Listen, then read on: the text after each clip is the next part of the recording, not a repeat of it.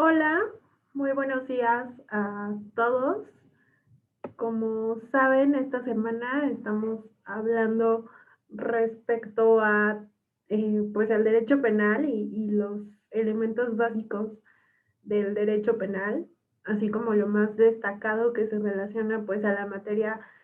o al área en que está encaminada GIA, que es, pues, los temas fiscales. Por lo tanto, el día de hoy vamos a platicar respecto a los delitos que son fiscales, pero no aduaneros, es decir, hay una separación de este tema, ya que mañana nuestro gerente, el licenciado Héctor, nos va a platicar específicamente respecto a los cambios que ha habido recientemente en temas de delitos aduaneros. El día de hoy nos vamos a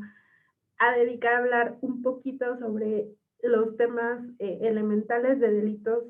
fiscales, principalmente porque a raíz de 2020 hubo una reforma en la que cambió por completo la visión respecto a los delitos fiscales. Me gustaría platicarles un poquito los antecedentes de esta reforma, y es que en octubre de 2019 el Congreso de nuestro país, el Congreso de la Unión, aprobó el decreto que reformaba diversas leyes, no solamente el Código Penal o no solamente el Código Fiscal, sino diversas leyes eh, que a final de cuentas todas están relacionadas a los delitos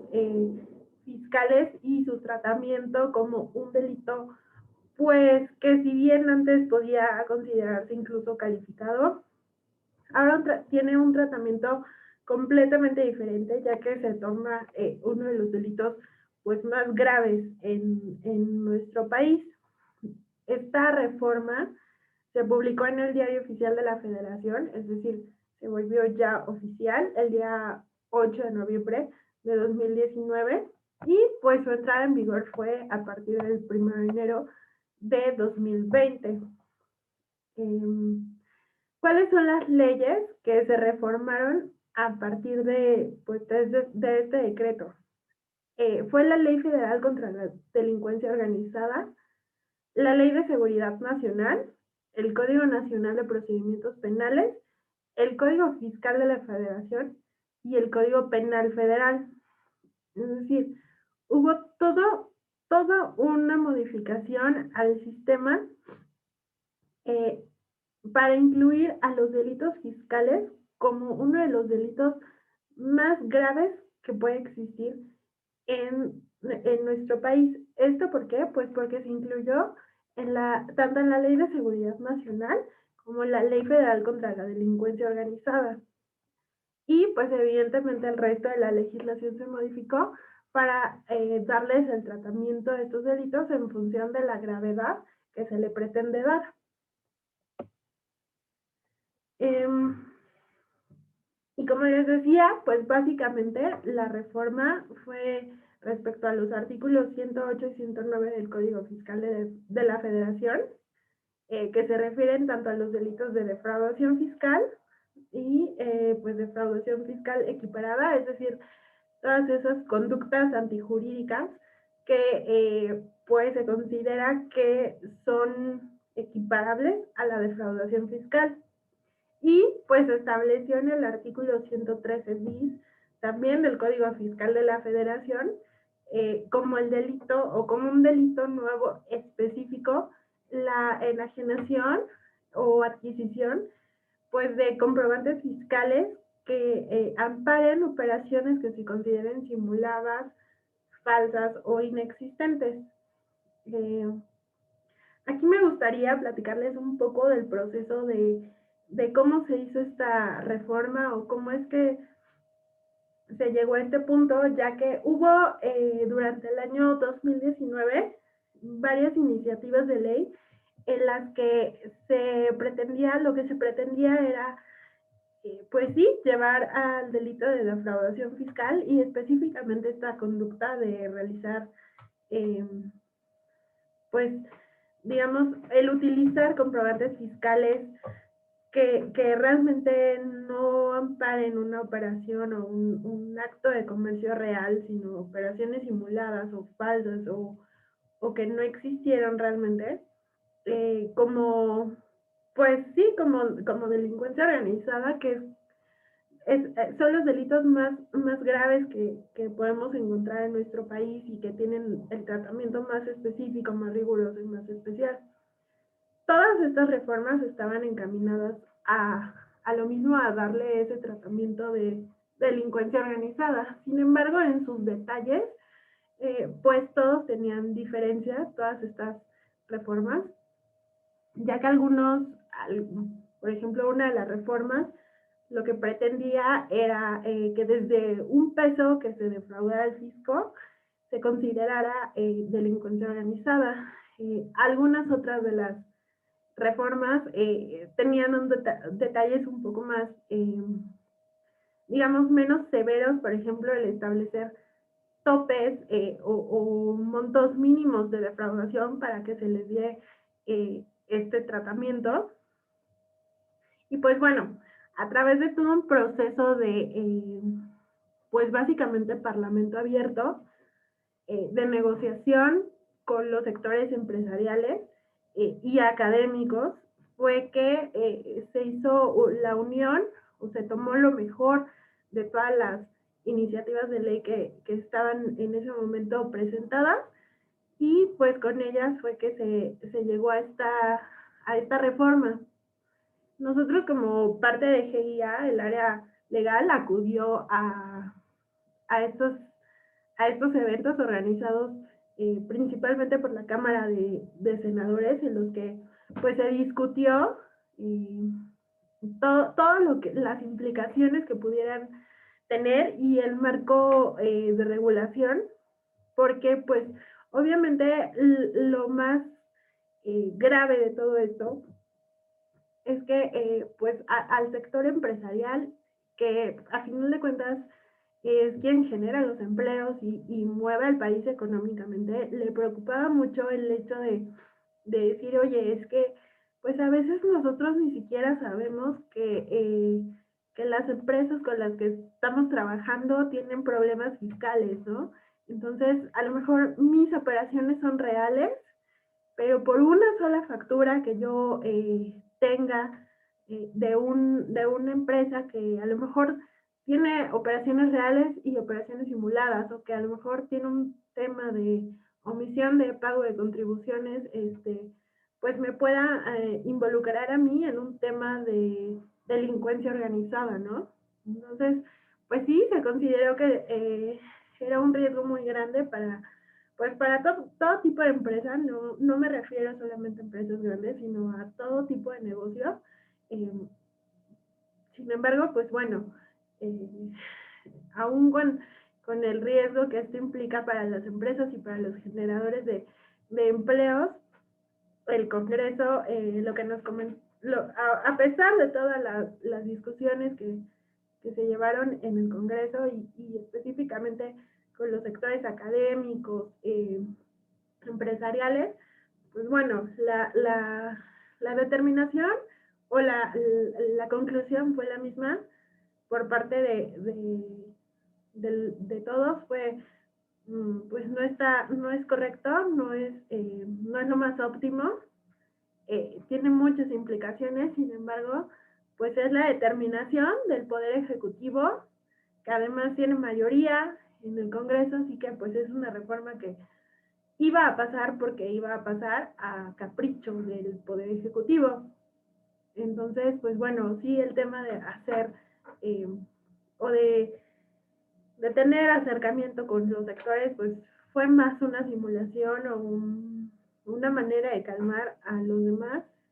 ya que pues era una determinación tomada por el Ejecutivo y así tal cual fue que se dijo en estas prácticas de Parlamento abierto.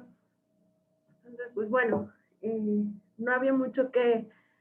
hacer en ese punto. Pero sí me gustaría reconocer que a final de cuentas la reforma que se realizó en 2019 y que entró en vigor en 2020 no fue tan no fue tan grave como al principio se planteó. Nos pregunta Karina Medina, si este tipo de reformas es solo en México o ha ocurrido a nivel internacional. Eh, pues a nivel internacional se ha llevado a cabo como una implementación de medidas un poco más eh, severas en cuanto a estos delitos. Recordemos que eh, los países miembros de la OCDE implementaron el plan BEPS, que está pues que básicamente su función es, o su intención en realidad, es el disminuir estas prácticas. Entonces todos los países miembros y todos los países suscritos pues han implementado muchas medidas y han hecho mucho más severas sus penas. Sin embargo, pues en México, la solución que se ha encontrado para todos los delitos o todas las conductas que se pretenden reducir es el llevarlos al ámbito penal más grave o aumentar las penas, y pues bueno, ahí entra como en discusión si esto realmente funciona o no. Y bueno, les decía que pues básicamente esta reforma se encuentra encaminada a que la defraudación fiscal sea reconocida como delincuencia organizada. La implicación que tiene el que, el que un delito se entienda como delincuencia organizada, pues básicamente es que se entiende que es un delito o una conducta que atenta contra la seguridad nacional. Entonces, aquí pues hay que dimensionar lo que implica el que un delito que a lo mejor no vemos la gravedad de este tipo de conductas porque no tienen una implicación a lo mejor sobre la vida o la seguridad tal cual de las personas. Es decir, no vemos un daño en las personas como pudiera ser el delito de homicidio o el secuestro. Sin embargo, la principal justificación del por qué se considera que se atenta contra la seguridad nacional es porque al final de cuentas debemos de considerar que todo esto se refiere o llega al punto básico que es el pago de contribuciones y el pago correcto de estas, ¿no? ¿Y cuál es la finalidad de las contribuciones? Pues darle al Estado, al gobierno, los medios y los recursos financieros para que a final de cuentas pueda cumplir con la finalidad que es el gasto público. Y el gasto público implica, perdón, el gasto público a final de cuentas implica pues muchas cosas, implica cubrir necesidades de todo el país, implica flujo de dinero que a final de cuentas pues se repercute en la activación de la economía, ¿no? Entonces, si no se contribuye correctamente, el Estado se encuentra limitado en la recaudación pues, de los recursos que le permiten ejercer este gasto público. De ahí la justificación principal de señalar que se atenta contra la seguridad nacional.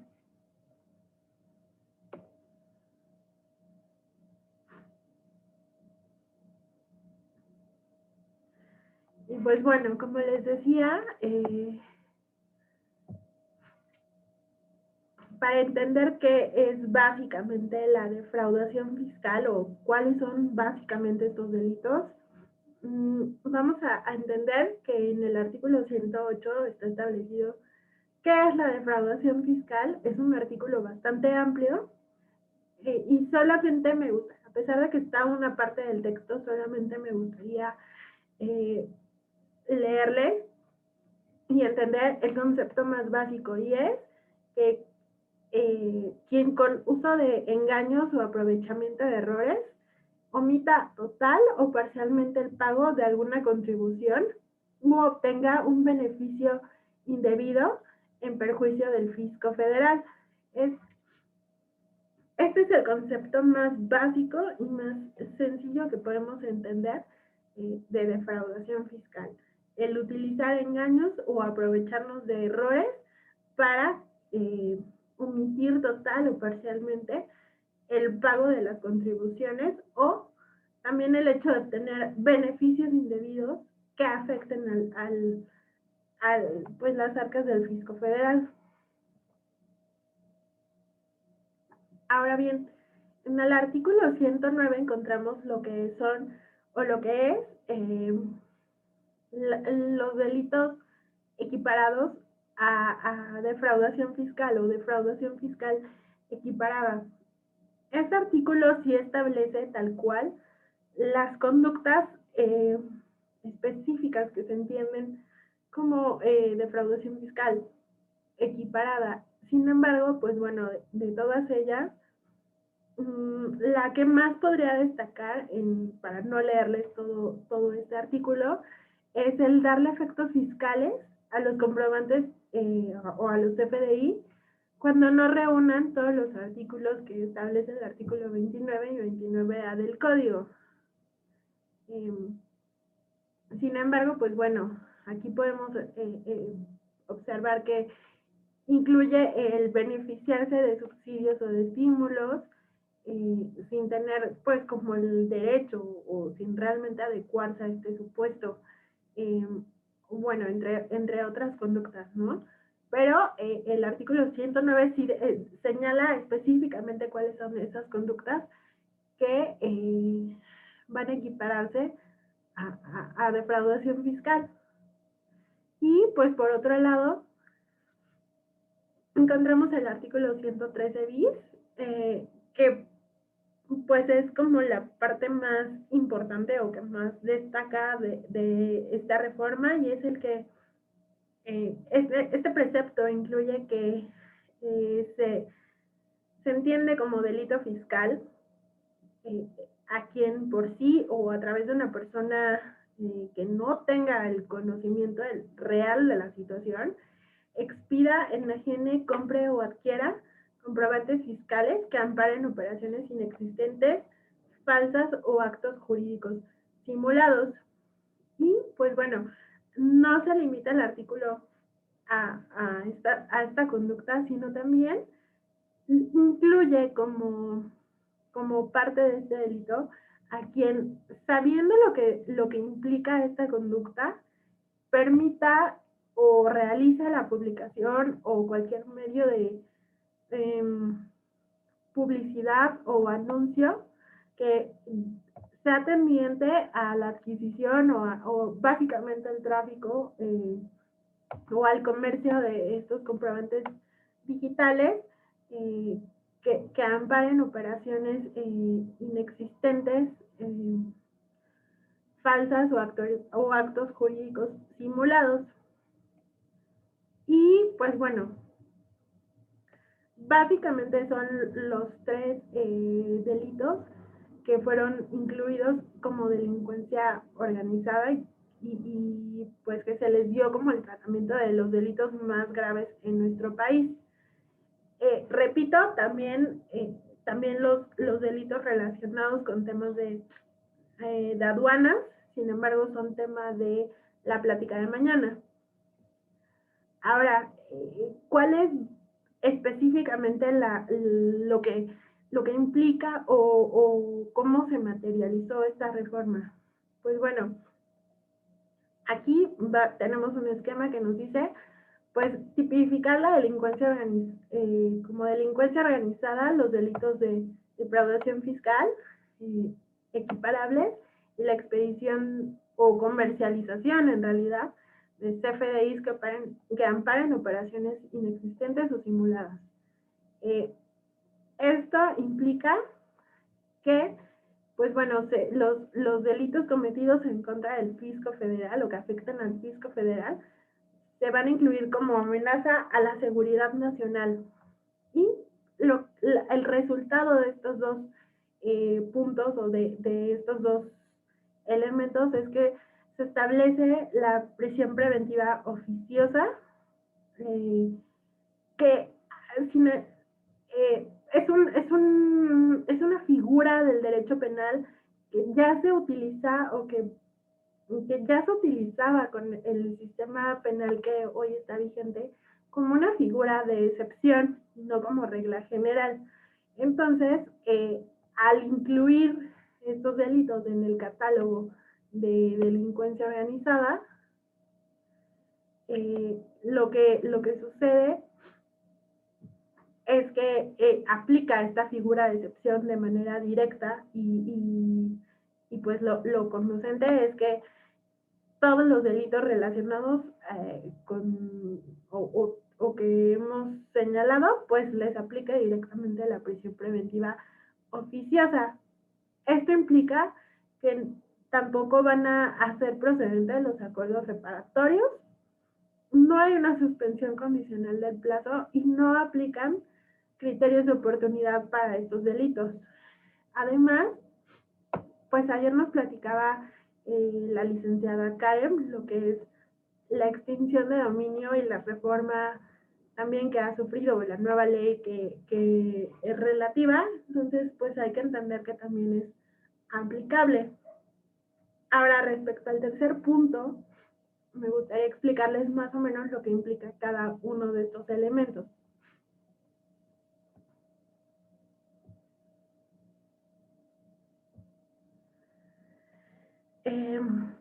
Pues como les decía,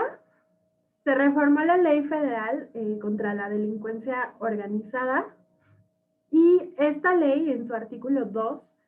establece un catálogo de conductas que se entienden como delincuencia organizada. Entonces, el principal propósito de reformar esta ley fue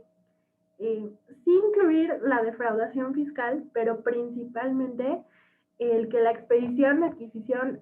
o enajenación de comprobantes fiscales que amparen operaciones inexistentes, falsas o actos jurídicos simulados se considere no nada más como defraudación fiscal, sino que sea como un delito específico en el catálogo de los delitos más graves en nuestro país. Y bueno, no se los voy a leer todo, es mucho, pero aquí podemos ver cómo quedó el texto de la ley y que pues básicamente establece en sus fracciones octava, bis y ter la inclusión de los artículos 108, 109 y 113 bis del Código Fiscal de la Federación que vimos hace un momento. Ahora, la Ley de Seguridad Nacional. La principal la principal intención de haber incluido este delito como delincuencia organizada y por lo tanto como una amenaza a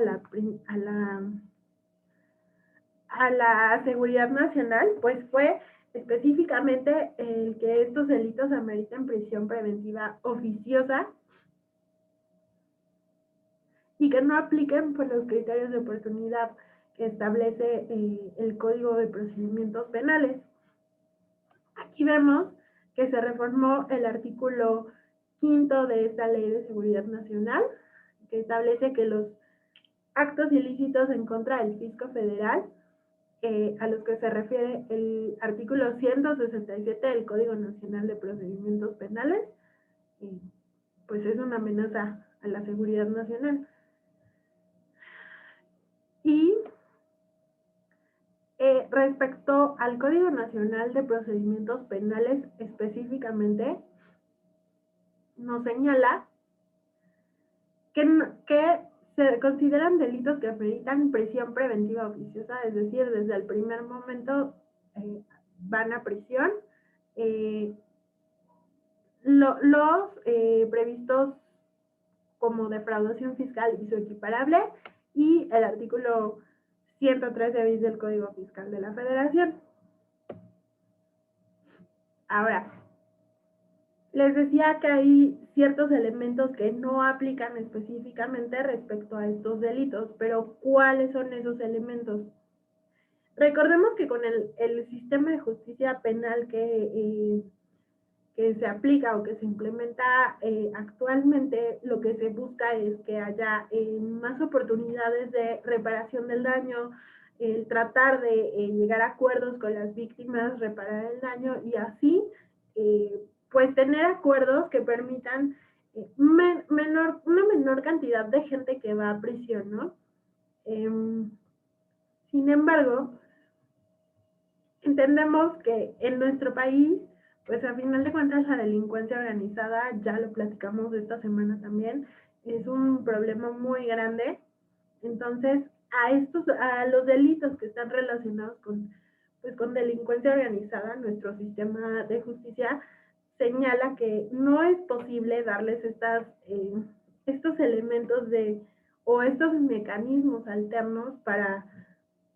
pues evitar ir a la cárcel o sí ser sancionados, pero de una manera un poco menos estricta, siempre y cuando se lleguen a acuerdos y pues haya un resarcimiento para las víctimas.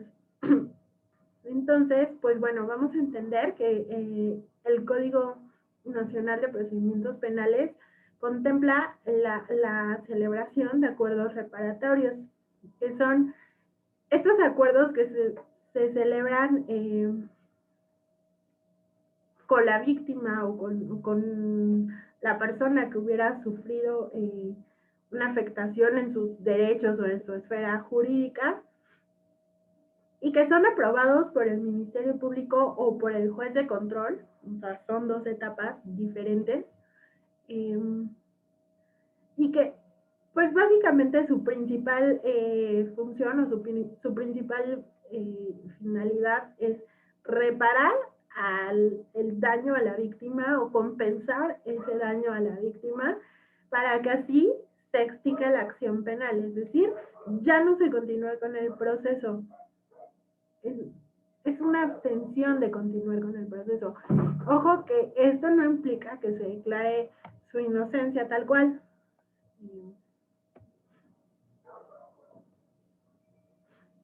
Y pues entonces, en el Código Nacional de Procedimientos Penales, específicamente en su artículo 187, nos establece cuál es pues la procedencia de estos acuerdos reparatorios y este artículo nos señala que no serán procedentes respecto a las fracciones primero, segundo y tercero del párrafo séptimo del artículo 177 del Código, que es el mismo artículo que vimos hace un ratito respecto a 108, 109 y 113 bis del Código Fiscal de la Federación.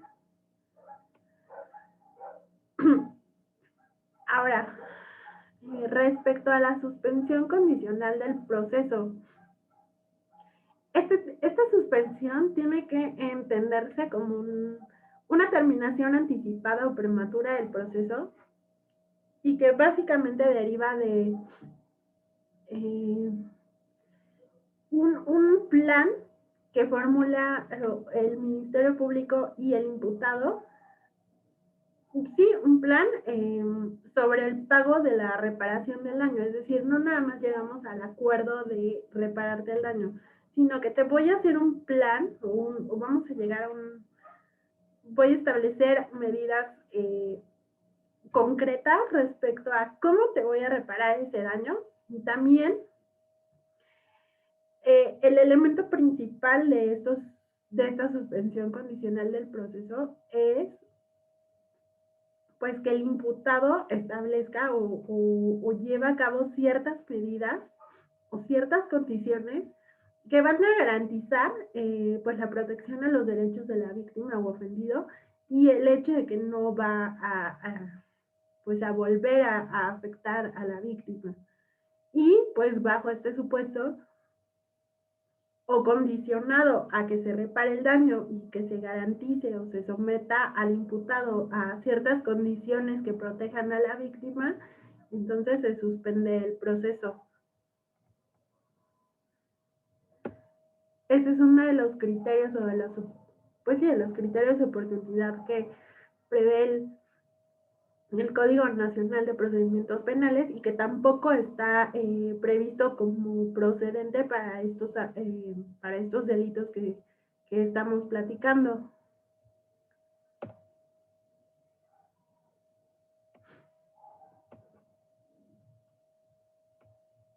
Y bueno, básicamente respecto a los criterios de oportunidad, son cuando el Ministerio Público pueda abstenerse de ejercer la acción penal, que ya nos platicaba Marwa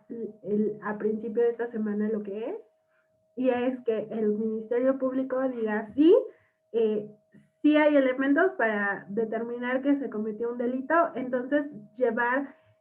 su investigación a la siguiente etapa, que es ya la etapa judicial. Entonces, justamente esta acción, el Ministerio Público puede abstenerse de realizarla siempre y cuando se le haya pues reparado o garantizado la reparación del daño a la víctima. Y pues la aplicación de estos criterios, su intención es no llegar a la etapa o no continuar con la etapa judicial, es decir, buscar desde antes el que haya como una mediación y una reparación del daño a las víctimas. Y entonces el Ministerio Público se abstiene de continuar pues tanto la investigación como llegar a la etapa, digamos, ya judicial ante un tribunal o un juzgado. Entonces, pues básicamente eso es un criterio de oportunidad y, como les comentaba, no está previsto, no está permitido para este tipo de delitos, ya que en el artículo 256 específicamente está establecido que la única condición o el único supuesto eh, en el que pudiera aplicar este criterio de oportunidad es que mediante una previa autorización de la Secretaría de Hacienda y de la Procuraduría, bueno, a través de la Procuraduría Fiscal de la Federación, que a final de cuentas es parte de la Secretaría de Hacienda y Crédito Público, se autorice al imputado a que al aportar información pudiera permitírsele solamente la reparación del daño y no continuar con todo el proceso judicial. Pero esta información, la intención es que se aporte información que permita llegar hasta el beneficiario final de este delito. Recordemos que la delincuencia organizada implica la participación de 3 o más personas. Por lo tanto, al haber personas que coadyuven o que estén involucradas, pero que no sean quien se benefició directamente de estas conductas, pues sí pudiera ser aplicable únicamente este criterio de oportunidad. Por ejemplo, no sé, una empresa que factura o que emite facturas de operaciones que jamás se llevaron a cabo, vamos a entender que hay terceros relacionados que no son propiamente quien emite la factura y cobra por emitir esa factura, ni son propiamente quienes deducen o quien le dan un efecto fiscal a esa factura y quienes pagan por ella. Entonces, pudiéramos entender que estos dos son quienes se benefician directamente respecto a la conducta. Por lo tanto, las personas terceras o las personas relacionadas o involucradas, pero que no se beneficiaron directamente al obtener una ganancia por emitir estos FDI o al disminuir su base gravable al deducir este tipo de CFDI, pues bueno, pudiera ser que les aplique previa autorización de la Procuraduría Fiscal de la Federación este criterio de oportunidad. Aquí yo creo que está muy subjetivo, ya que no están establecidos tal cual los parámetros o cómo es que se va a llevar a cabo esta autorización o bajo qué, cuáles son los elementos que llevan a determinar pues si es procedente o no y cuál es la información fidedigna o no, o qué tipo de información es la que puede coadyuvar. También pues entendamos que pues todo esto es como bajo el criterio de la Procuraduría Fiscal, será quien determina, así que, pues bueno, si bien es un beneficio, por decirlo así, que se concede, la verdad es que es muy cuestionable si realmente lo es y bajo qué parámetros, ¿no?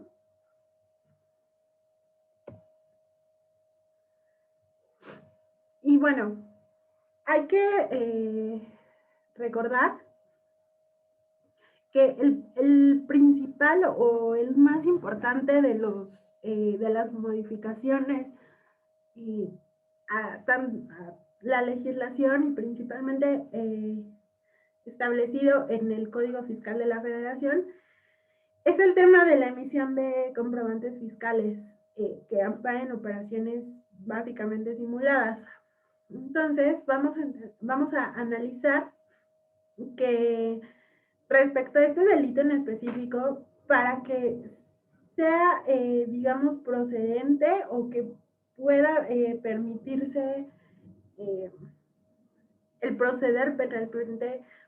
por esta conducta, se establecieron algunos elementos específicos, algunas condicionantes específicas en el Código Fiscal de la Federación,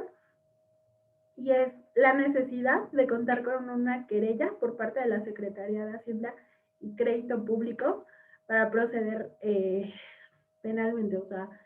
sí está bien que la Secretaría de Hacienda o el SAT detecte la comisión de este delito o detecte que se está llevando a cabo esta conducta, pero para que pueda procederse de manera penal debe de haber una querella formulada específicamente por la Secretaría de Hacienda. Y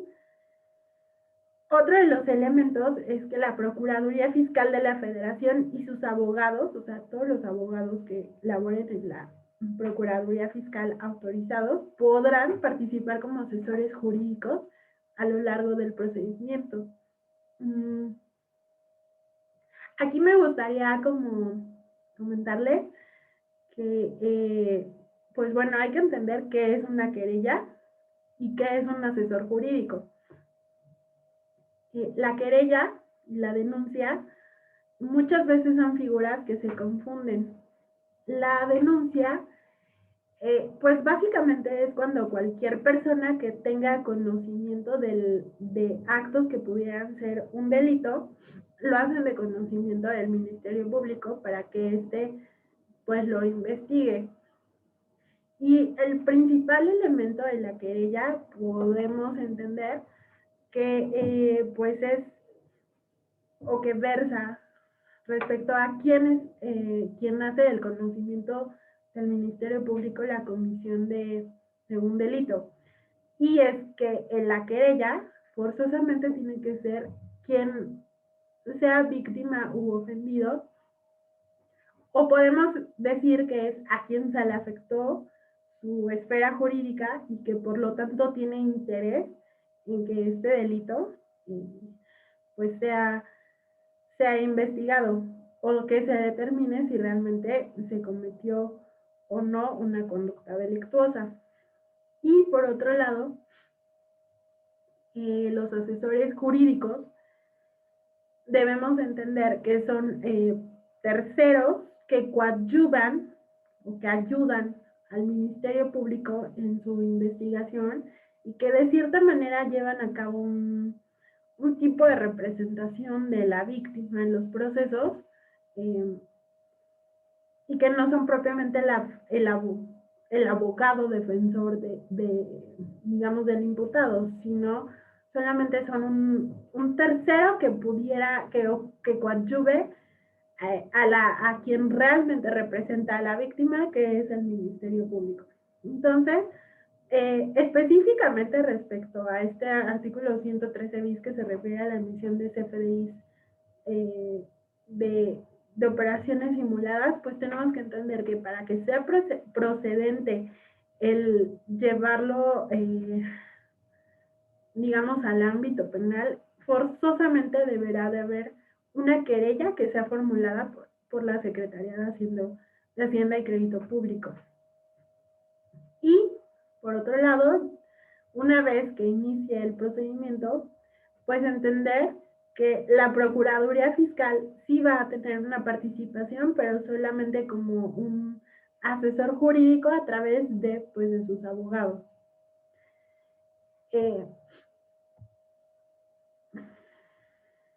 Y bueno, aquí podemos analizar un cuadro comparativo entre los delitos fiscales graves y lo que ya se constituye como delincuencia organizada, y es que incurre en alguno de los delitos calificados en el Código Fiscal de la Federación quien utiliza engaños, quien utiliza mecanismos para ocultar o disfrazar conductas delictivas, los EDOs, es decir, quienes deducen facturas o CFDIs que amparan operaciones simuladas, quienes defrauden por más de 9 millones de pesos, y las consecuencias pues son la sanción de 3 meses a 13.5 años en prisión, o para la prisión preventiva oficiosa y no salidas alternativas, pero pudiera proceder que se le perdone al imputado. Sin embargo, en delincuencia organizada hay un conjunto de 3 o más personas y su único objetivo es llevar a cabo actos delictuosos. No siempre son contribuyentes. Esta actividad es reiterada o común, o es su práctica común. Aquí pueden encuadrar los EFOs, que son quienes emiten las facturas que amparan operaciones simuladas. Se defrauda por más de 9 millones de pesos y la consecuencia son de 4 a 16 años de prisión. Evidentemente también opera la prisión preventiva oficiosa. Antes de terminar y responder algunas preguntas que hay, me gustaría retomar el tema del artículo 5A del Código Fiscal de la Federación, que se refiere a pues aquellos actos que sí son reales, pero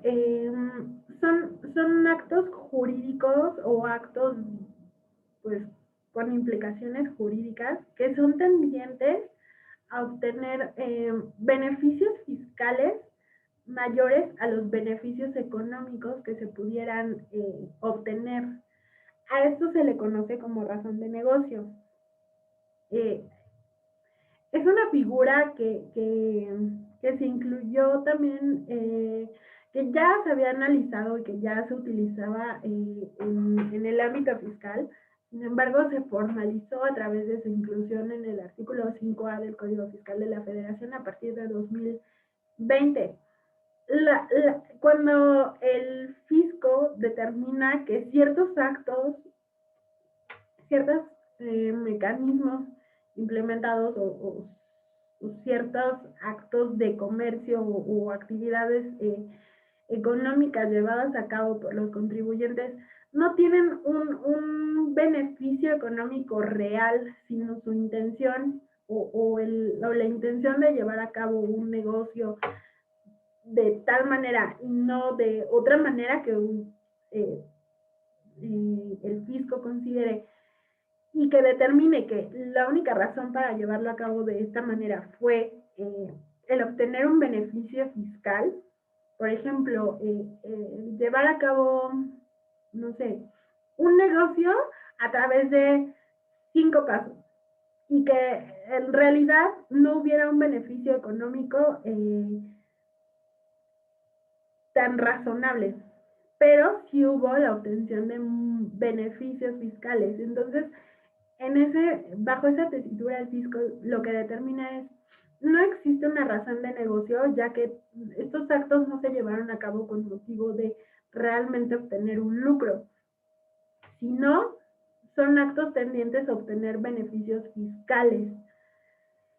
Estos actos pueden ser reclasificados y el fisco les va a dar el tratamiento de los actos que debieron ser bajo su consideración y no de los efectos que les dio el contribuyente. Entonces, pues hasta 2020, cuando se incluyó este artículo en el Código Fiscal de la Federación, se fue reiterada o fue reiterado el hecho de que se señalara que no iba a tener ningún tipo de efecto penal este artículo, que lo único que iba a implicar era pues reclasificar la operación y decir, bueno, a lo mejor no era, no sé, no se tenía que pagar tanto de contribuciones por esta actividad, sino tanto, o a lo mejor no dar los mismos efectos. Y establecer, o sea, el fisco puede decir, no, tú no hiciste una donación, tú lo que hiciste fue una enajenación, este tipo de cosas. Pero siempre se dijo que iba a ser solamente eso, una reclasificación y el que el contribuyente tuviera que pagar o entregar las contribuciones reales, no más allá de eso. ¿Cuál fue la modificación de este artículo 5A del Código Fiscal para el año 2021? Pues que se incluyó una frasecita en el que establece que se le pudiera dar efectos penales también, pero no está bien delimitado cuáles son esos efectos penales y si es que se incluye o si es que pudiera considerarse como delincuencia organizada. Realmente, pues analizándolo así, puede ser equiparado a defraudación fiscal o incluso puede determinarse a través de esta reclasificación que se incurrió en defraudación fiscal y pues recordemos que el tope son 7.800.000 pesos. A partir de ahí, si la defraudación fiscal es mayor, entonces se considera delincuencia organizada. Entonces, si existe una reclasificación en la que se llega al tope o se supera, pues evidentemente va a encuadrarse como delincuencia organizada y se le dará todo el tratamiento penal que hemos analizado con los artículos anteriores. Ahora, alguien me pregunta, en el delito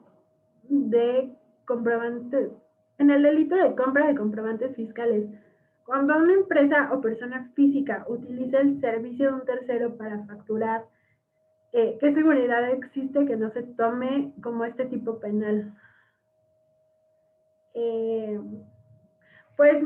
básicamente, si lo que te refieres, Eric,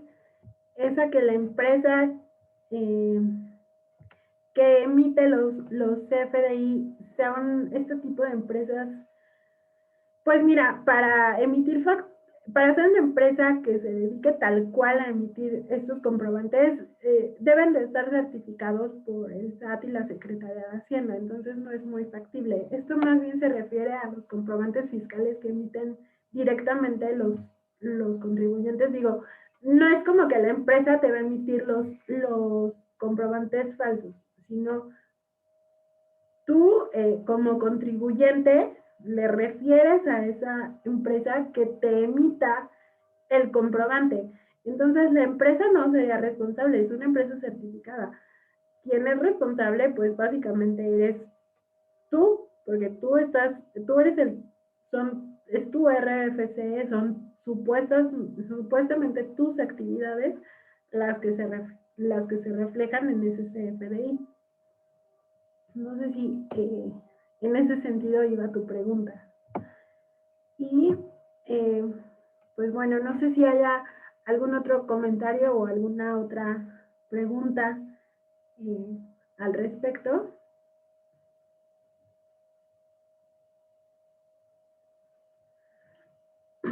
Me parece que no, entonces pues les agradezco muchísimo su asistencia. Les recuerdo que el día de mañana la plática la va a dar el licenciado Héctor, que también se refiere a delitos fiscales, pero en el ámbito aduanero. Recordemos que son materias, si bien un poco diferentes, van también de la mano, ya que se encuentra